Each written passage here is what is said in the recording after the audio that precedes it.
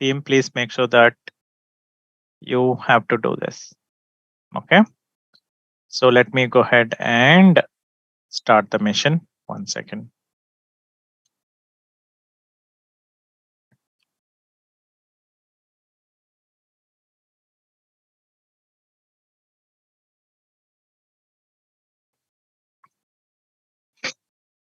So let me get into the GitHub.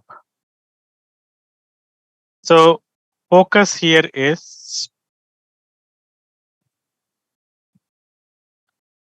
trying to understand. Okay. So how to create the repo on the server side. So that is what you are planning to understand. So we'll go ahead and we'll log in into the GitHub. Correct. So we will log in into the GitHub and we'll focus on how to create a repo on the server side. So please watch the activities and write the steps accordingly. So go to the site and then click on sign in and put your credentials, enter your ID and password, and then click on sign in. So definitely it's asking some verification code sent to my email ID. So give me a minute.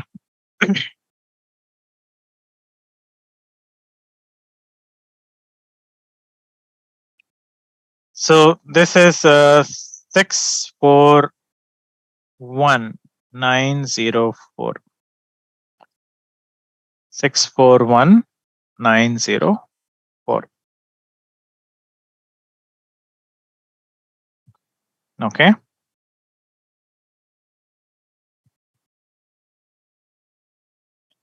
So once I am here, correct. So once I'm here. So once you log in, guys, this is how you log in.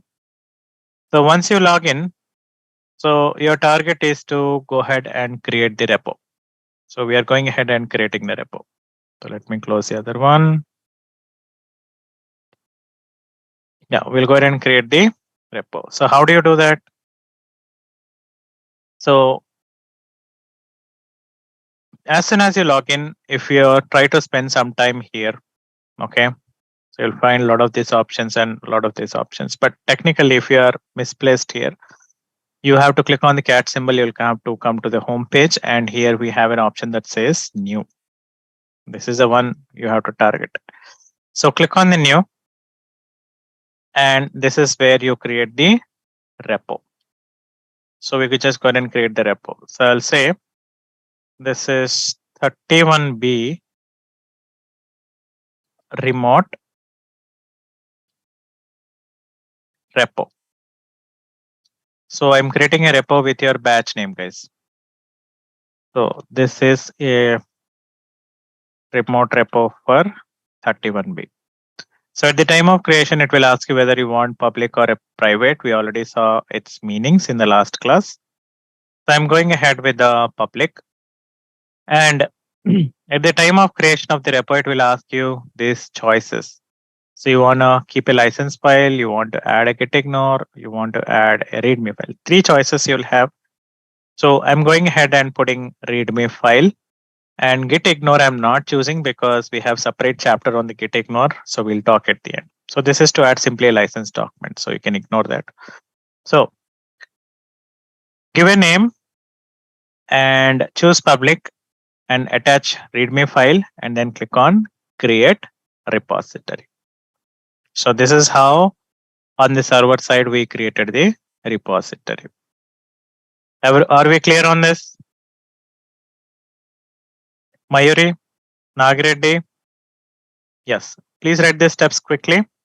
No, man. Some activities cannot be done one more time. So some activities you cannot do one more time, Sai.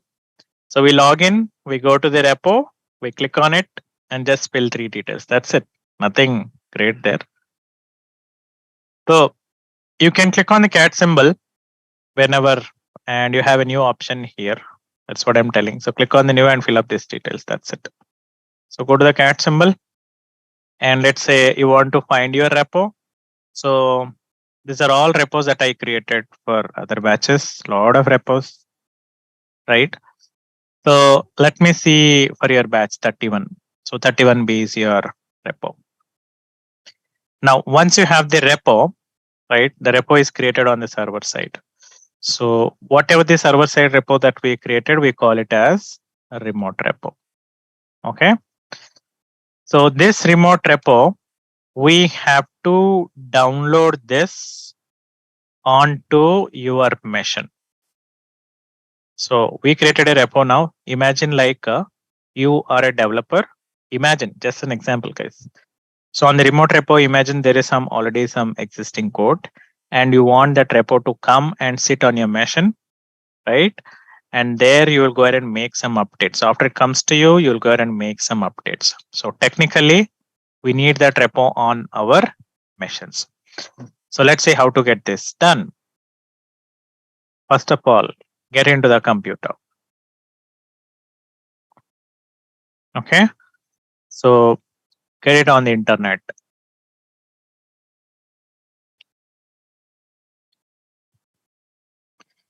So 192.168.1.13.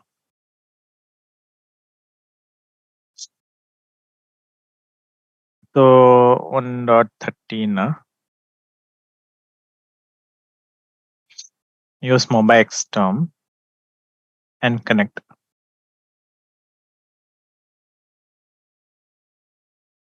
It is 192.168.1.13.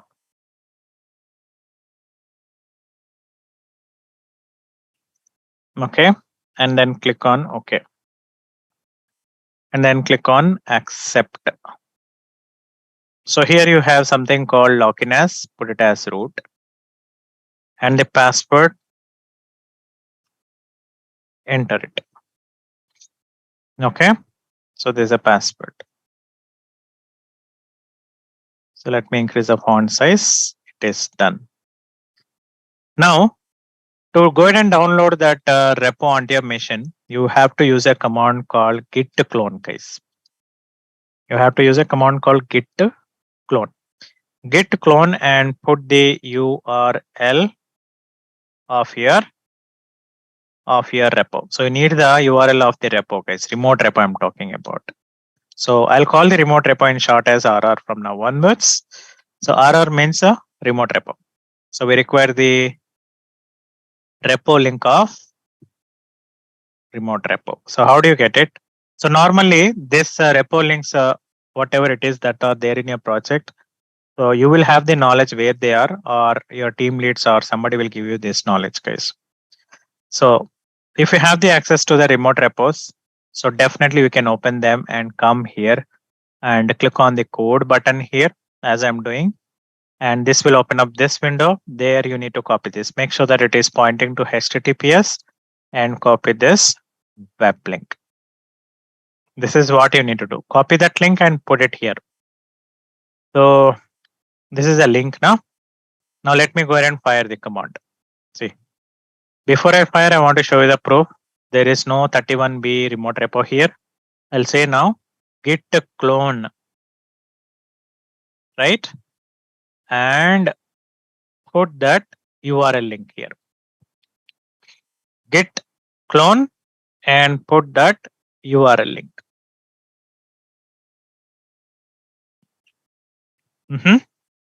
Then press enter. It starts cloning that repo and downloads onto your machine. Am I clear? Am I clear, Arjun, Atif? For your question, the answer is yes. So Atif, Chamundeshwari, Divya. Okay, so this is how we clone the repo. When you type lsfnl, definitely you'll find that repo. So did we got that repo, guys, here? Did we got?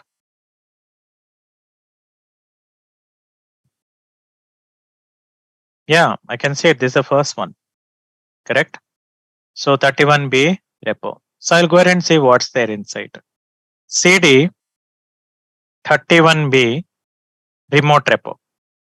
And I want to see what is there inside. ls-l. So that is what it is, readme file, because initial stages we created the readme file. Even on the online also you have the readme file, correct? So that's the reason when it is trying to download entire repo, we got readme file. So this is how we clone the repo, guys. Now, couple of questions. How many repos can we clone? N number. It's up to you. So if you have 10 repos, you want to clone 10, 10. And always keep in mind when you're cloning the repo to that repository, you need to have the permissions. Okay. Since I am cloning my repo, I would have full permission. But in a project, what happens is repos are created by somebody else, like admins, and you guys may be trying to download them, and your ID should have the access power to download it. Okay, please make a note of this point.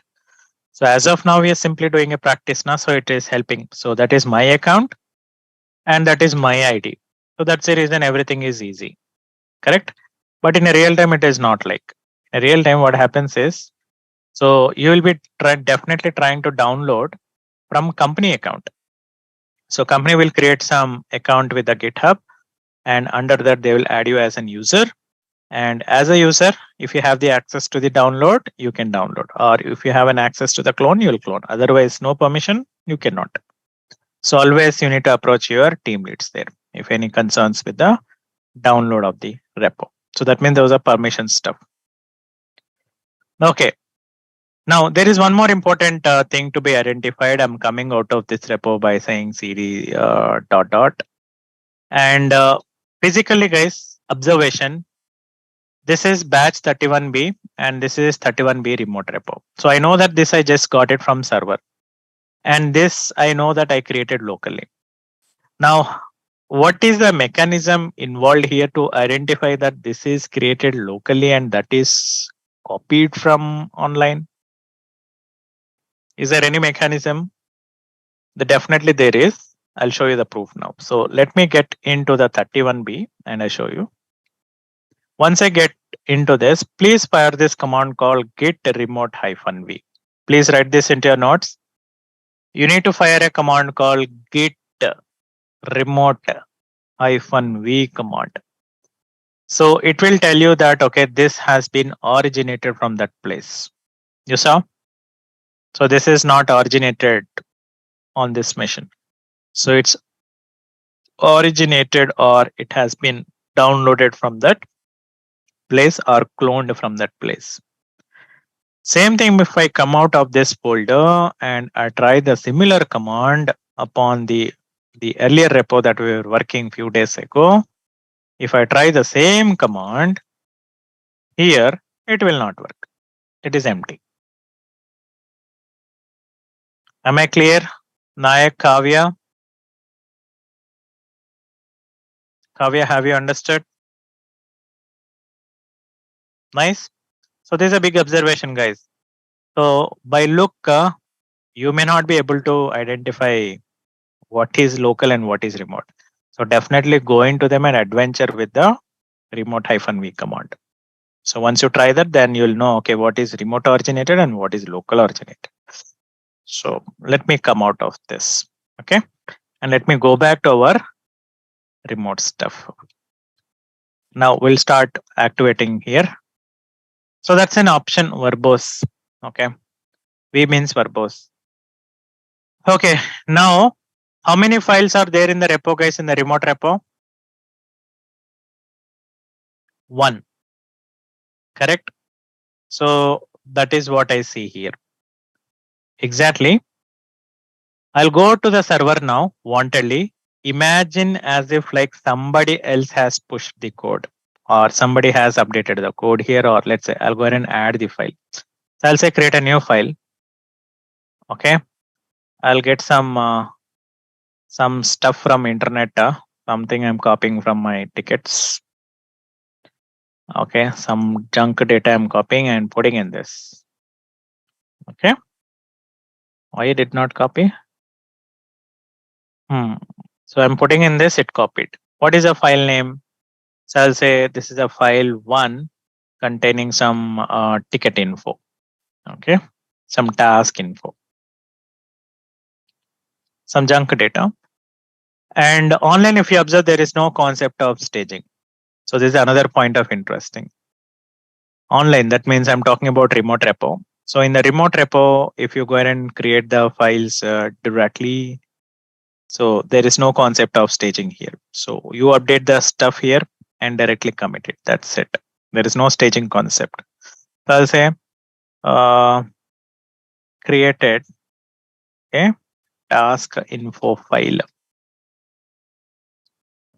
I click on committed. So there are two files now, right? There is a README file and there is a task info file. Now, even if I just go ahead and try, let's say git status, still I see only one file. Now the question comes is, how do I update that here? So do you think we need to clone again, or what is the process? So on the remote side, some files have been updated after you cloned. And if you want those files to be update same on your local side, that means sync. You're getting the point now? So on the remote side, some files got updated and you want those files to become and sit on your local side, then definitely you need to fire this command now. Git pull. This is a command. You need to simply fire git pull. So let me try and show you. I'll say git pull and press enter. That's it. It's done. Right? I'm pulling it. I got it. So now you try ls-l. How many files you see?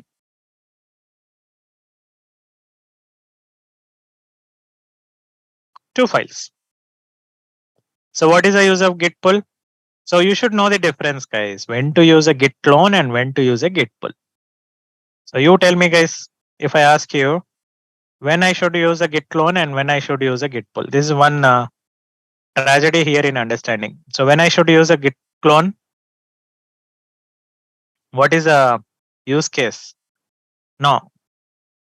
Git clone is when you want to get a repo of remote side to come and sit on your machines. Or if I talk super technical simply, so if I want to get a copy of remote repo on local side. Do you agree? The simple English makes sense? If you want to get a copy of a remote repo on your local site, then you need to do a git clone. And if you want to get the updates, then you need to do git pull. So some students, what they do is there is a miscommunication here. So clone you should do when you want to get the entire stuff newly, correct? Pull you need to use when you want to get the updates. Now I'll try one more example on the pull. Okay. So at this point of time, you can see if I open VI readme file, how many lines of code is there?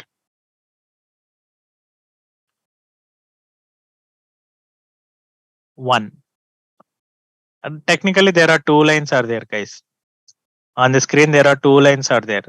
First line is 31-B remote repo. Second line is this is a remote repo for 31B. Correct? Two lines of code is there. Just an example. I'll close this. Then I'll go to the server side. And I'll wantonly open this readme file here. Right? And there is a pencil symbol here, guys. You need to know this side, somewhere around this side you'll have. Okay. This is a pencil symbol. So if you click on that pencil symbol, and it will open up for us to write the content. You can see the same two lines are here, this one and this one. So I want to add some junk data here. I'll add some Python programs, wantonly. Some Python programs, samples. I'll go onto the internet and get some samples. Add two numbers, okay?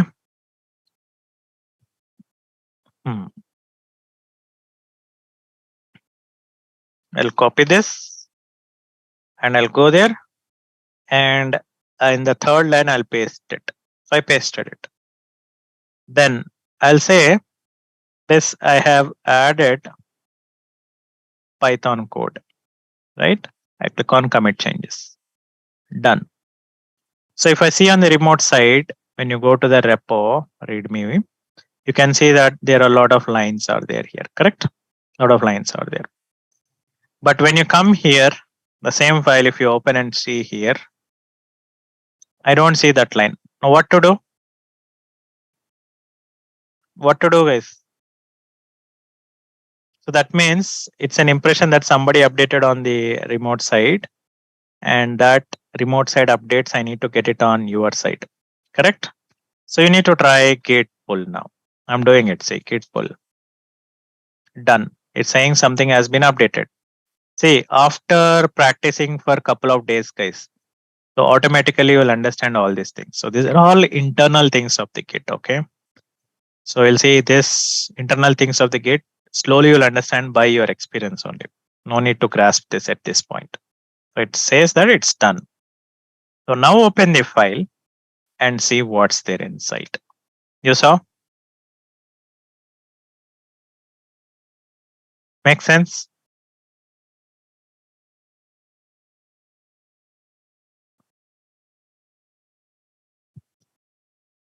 Understood, Kirti, Kumar Babu, Shravya, and Maninder, Mayuri. Yeah. So it's your duty to write your own notes now. Okay. So please go ahead and write it, guys. What we done? We are planning. We have tried to understand what is a git pull.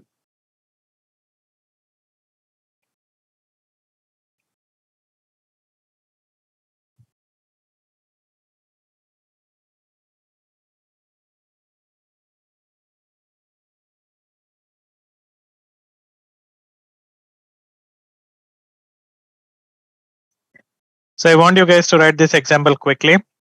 So write the transactions what we have done. Now we'll focus on next command. Can I move?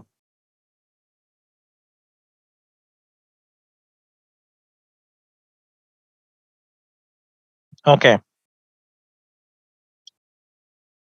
The next command is git push. So what is this git push? So let's see. So at this point of time, there are only two files, right? Now what I'll do is I'll create a file here. File local1. Wantedly, I'm naming the file as local1, and I'll open this and press escape I.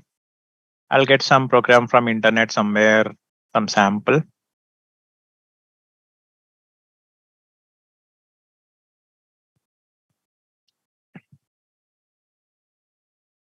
So some sample I want to write there. That's it.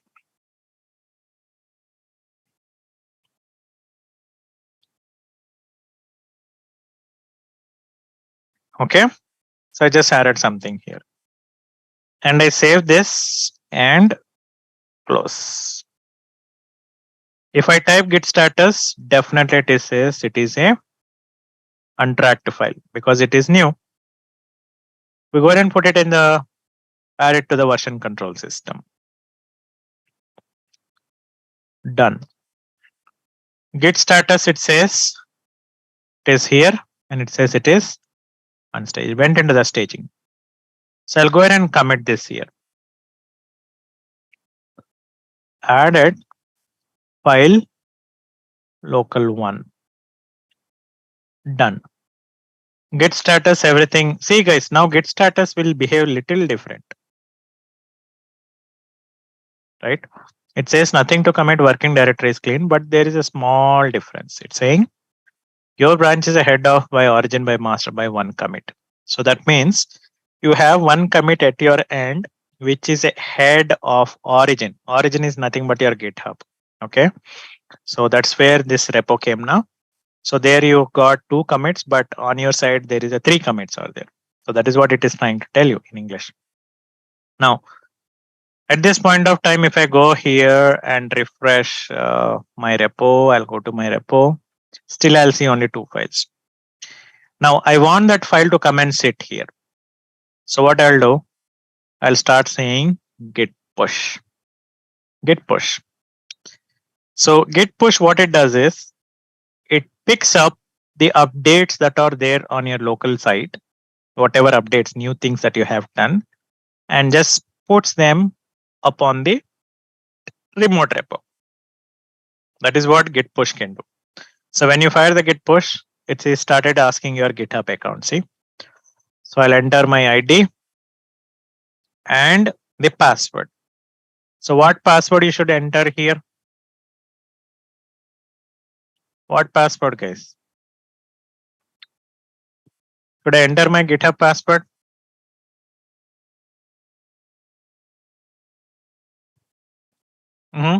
Let me try.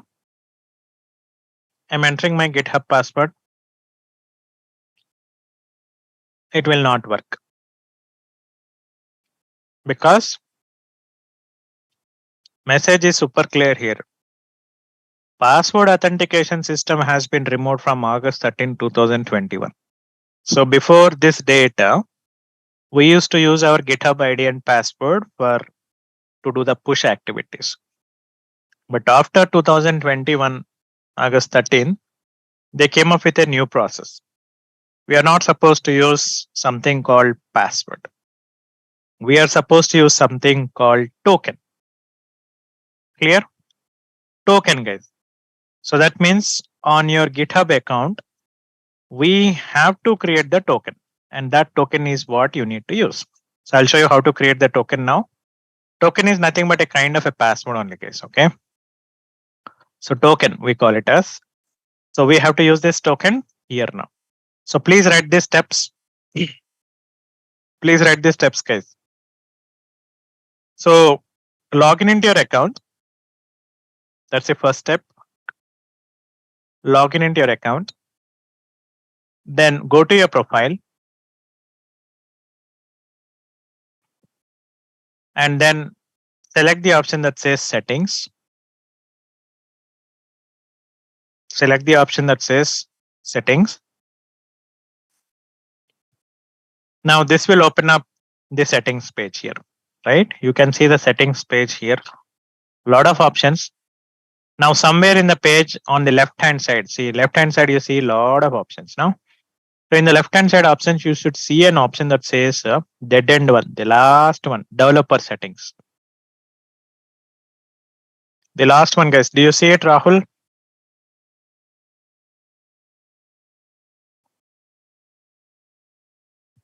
Yeah. Now we have to click on this developer settings. Now this is where you have to create the tokens. So we have to click on something called personal access tokens. In a real time, people call this as PAT password. Or even people will be talking on the floor saying PAT password, PAT password. So PAT password is nothing but token only, guys. Okay. PAT password is token. So go to the token. Click on this personal access token. And again, you have two choices. So the first one is a newer one. You can ignore. The very classic one is what we require. The token, click on classic. Okay. So once you click on the classic here, so you have a lot of options. So you can ignore whatever these are created for different projects. So I'm going ahead and creating the token now. So I'll say generate the token token. Do you see this option, guys?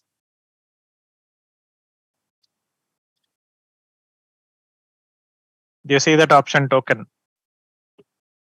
Yeah. So I'm going ahead and hitting on it. Again, it's asking you want the first option or second option. First one is a new thing. Don't try that. It is in beta, still testing only. So click on the second one. Generate, click on new token. And it start giving, you have to give a name for this. Name of this token. I'll say this is a token for 31B batch. Okay. Now, this, whatever the token that you are about to create, it will carry some expiration date. It's up to you. There are a lot of values given. Is it 7, 60, 30, 90, custom, or no expiration? I recommend put no expiration. And what level of access it should carry. So these access are defined by your administrator in real time. But at this point of time, you can just go ahead and select full access. Wherever you say, just go ahead and blindly give full access. Okay. But what level of access you require, Git admins will take care of it.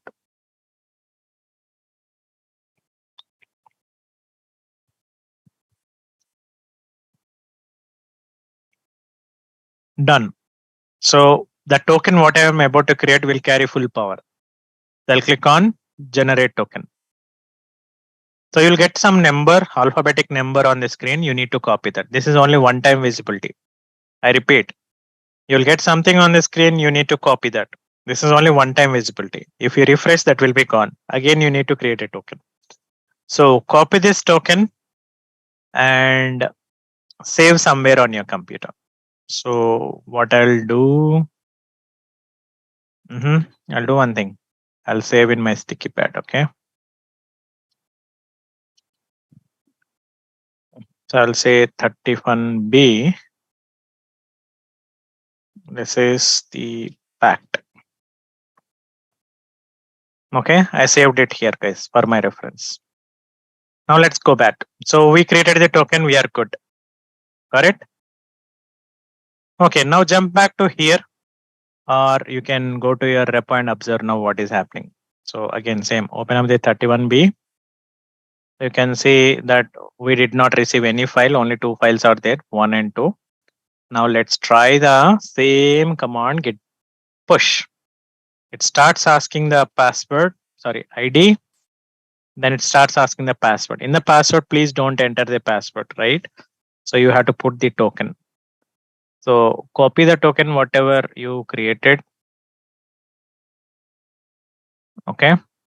And right click, paste it, press enter. That's it. It's done. So transaction is successful. Now go ahead and check on the server side, refresh this. Do you see the file coming?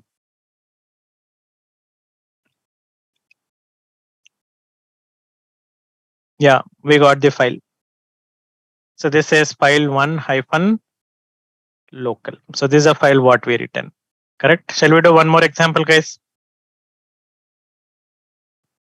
On this push, once again, one last example. So I'll say vi file local to. I'll write some junk data here. I'm not worried. Then I save this and close. I'll say git status. We'll say untracked. Git add file local to. Then git status. It is in staging. Git commit hyphen m. Added file local to. Done. Now, once it is done, git status says, you have another extra commit with you. So that's the reason it is asking us to advise, please push. Okay. English, it is telling, please push your local commits. Okay. So we'll go ahead and say git push now. So I'll enter my ID, correct? And I press enter. It's now asking the password. So before I put the password, I want to show you the proof on this side. See, there is nothing. There is no fourth file here, right? Now I'll go ahead and put the token. I'll copy my token once again and come back and put that token and press enter. That's it. It is done. Got it now? Now go ahead and refresh it on the remote side. Done. So this is a use case of here git push. Clear?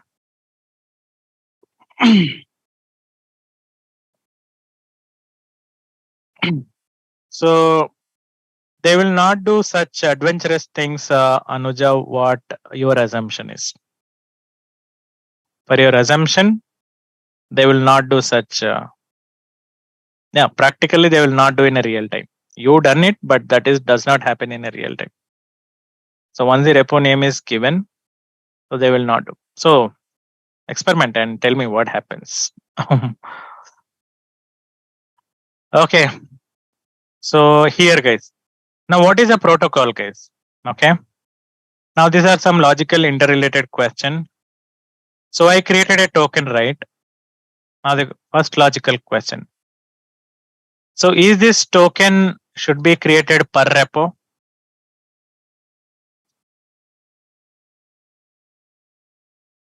One question, guys. We created a token, right? So should we create a token per repo? The answer is no. Okay. So one token is sufficient. One token is sufficient. That's it. One token is sufficient, guys. And this token is capable of working with any repos. Clear? Any number of repos it is capable. And second question, how many tokens can you create?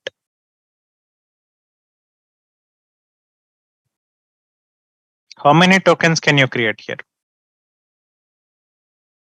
It's up to you. You can create unlimited. There is no limit here. Unlimited tokens you can create. So normally, guys, people create one token and keep it. So when the token gets expired, they will create one more. That is what happens in real time. Okay. So that is what happens. Now let's move on with understanding the distributed stuff, guys. So what is the right process here? So always remember, first we clone, second we update the changes, right? Then third we do commits. Always we should do commits. Then fourth you do the pull, and fifth always do the push. So simple logic: do your changes, pull your changes, and push your changes. These are three principles you need to follow. Okay. So changes, pull, and push. So you need to write. So you have to save your token somewhere. So what happens is this GitHub is very intelligent. So if you frequently get the same token being used for same machine, it will accept cookie also. So thereafter it stops asking the token also. You understood what I'm talking is? You understood what I'm trying to tell? So if you frequently use the same token from same computer always, okay, at some point it realizes your computer and starts reading your cookies, and it recognizes that, okay, this is coming from same machine. So if the machine is changing, again it starts asking the token. You have to supply the token. If the machine is changed or your IP address changes, it starts asking the token. Okay. So that is how. So it is something like a dog, guys. So if frequently coming dog stops barking, correct? Do you agree? If people are always coming to your home, the day one it barked, day two also it will bark. Day three or day four, so dog starts being friendly with your whoever is coming and becomes friendly. So that's a simple classical example for this use case. Okay.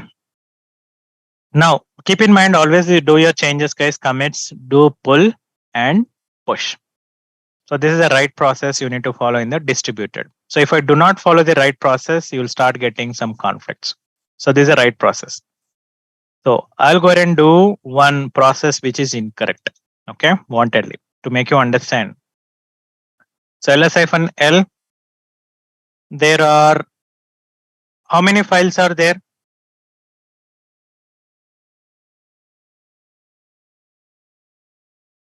4. Okay. How many files are there on server? 4. Okay, makes sense. Now at this point of time, just a logic. Can I say my RR is equal to LR? Can I put this equation? Mathematical equation. RR is equal to LR. Okay, mathematical equation. Now let's see. So on the remote side, wantedly I'll go ahead and create a file now. add a new file. And I'll say this is a file that is coming from remote side. Okay, remote side, I'll say 1. I'll write some junk data. And I'll go ahead and say this is created on remote side. And I'll commit this file. So this is on remote side. Okay. Then on the local side, I'll create one more file. So we have file number 3. Local 3. Escape I. I'll write some again. I'll say just 1, 2, 3, 4, 5. That's it. Save this and close. Now local side, I have to do the changes as you know. So git add dot get status. It went into the staging. I'll say git commit -m added local 3 file. Done. Makes sense? Git status. Now you see what happens. Now do you accept that?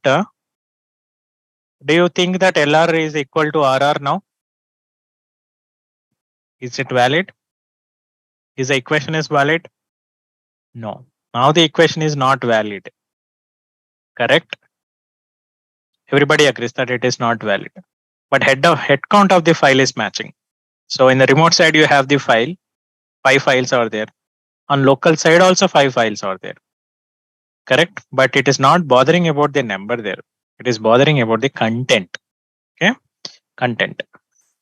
Now that's the reason when you try to push, it will fail. See what happens. Push. I'm not following the process. I told you now.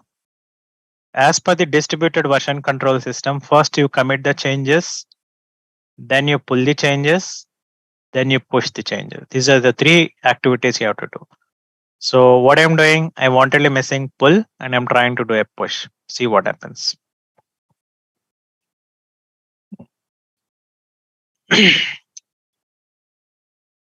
I'm entering my token.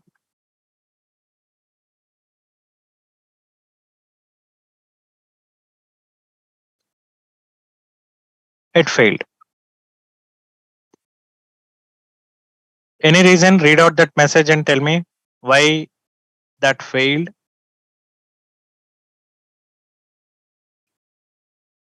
Read that English and tell me, guys, why that failed.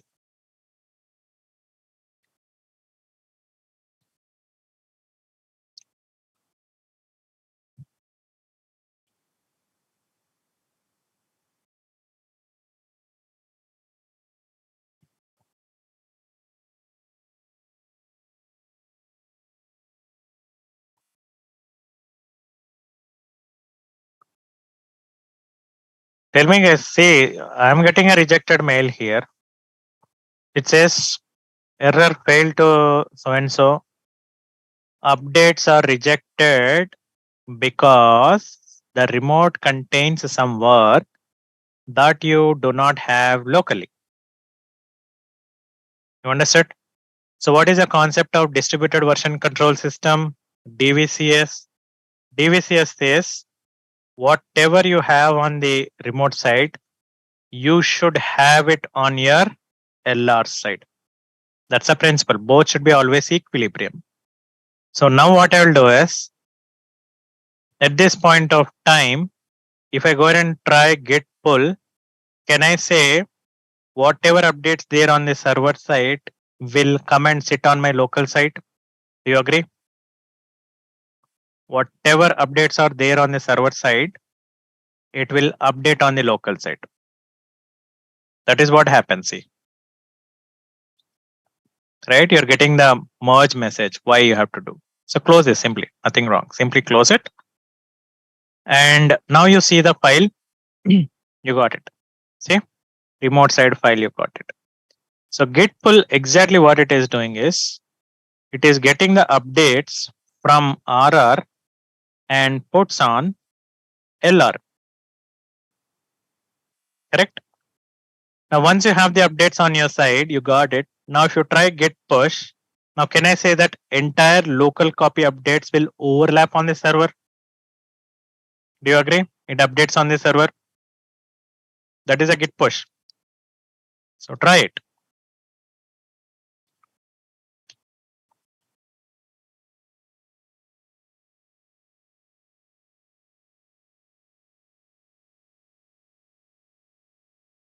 Done. It took, see guys, pushed. It did not reject, it pushed. So it accepted. Then you go ahead and refresh it. So you got the local 3 file here, local 3. Now go ahead and see here. So if you understand this properly, now what happened? So whatever updates are there from LR, and it go ahead and puts into RR. Am I correct, guys? Do you agree? So whatever their updates are there on LR, it goes and puts into the RR. So end of the day, if you do pull and push, can I say that your LR will be almost equal to the RR now? Again, the equation is balanced. Correct? So that is what the concept of DVC is. So DVCS concept is whatever is there on the remote side, every copy should be there on LR. That's the reason when you try to push it to the remote side, it checks whether you have the latest copy of RR on your machine or not. So it is trying to dump all the updates on your machine. So that is the actual concept of DVCS. Clear?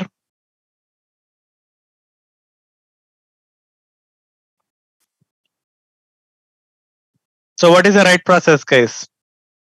You commit your changes, you do the pull, and you do the push. Everything will be smooth. Always do the pull first and then do the push next. So it will work absolutely properly.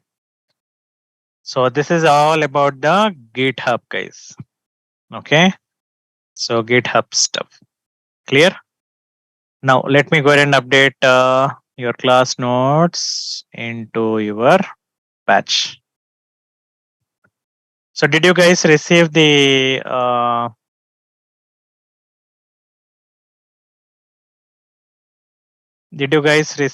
what I'm talking is the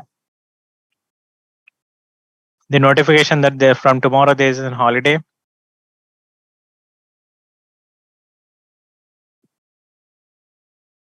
Yeah.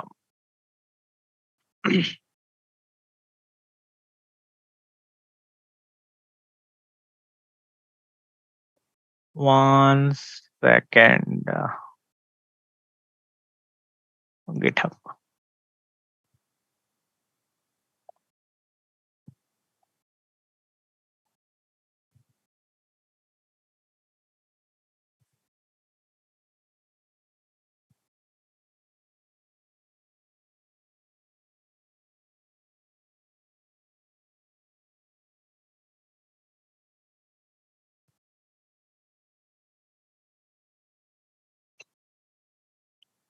So what is the last thing I pasted here?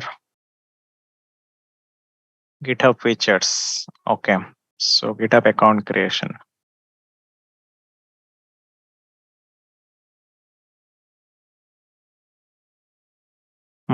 So here I need to put.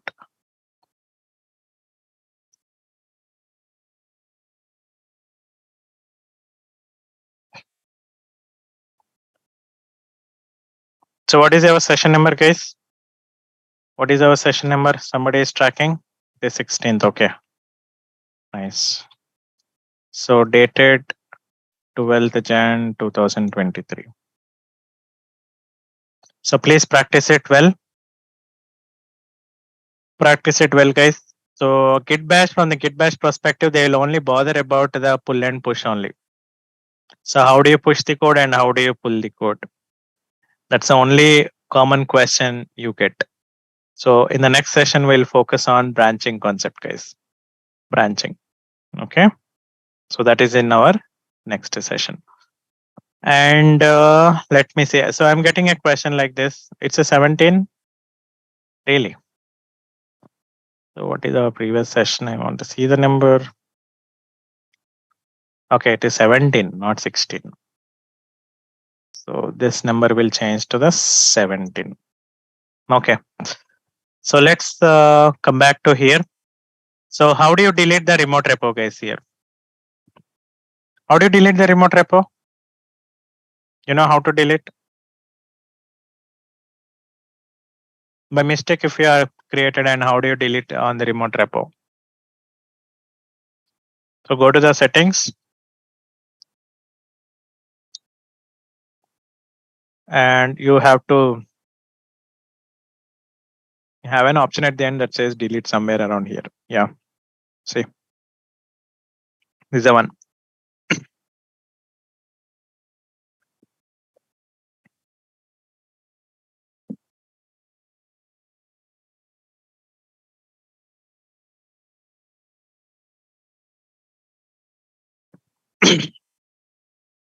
So Maninder, we don't touch the git config file at all. Not required at all.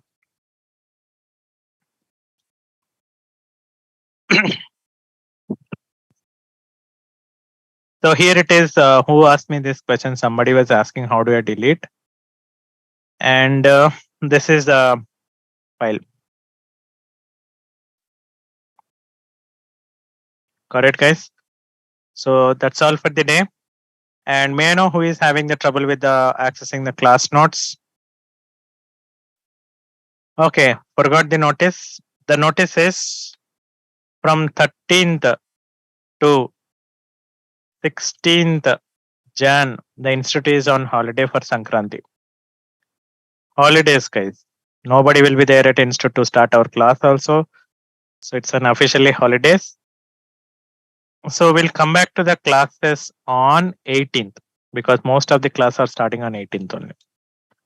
Institute will open on 17th, but all the classes will be rescheduled from 18th at institute level. So 18th again we'll be back. So enjoy your festival, guys. I know there's a big festival. People travel to their hometowns. So again, you have to be back on Wednesday. Okay. So 13, 14, 15, 16, 17. This is institute holidays. That's our common every year. 3 to 4 days institute will be down for this festival.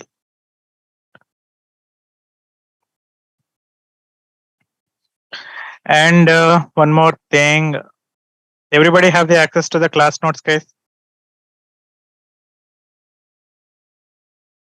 Yeah. Nice. Okay.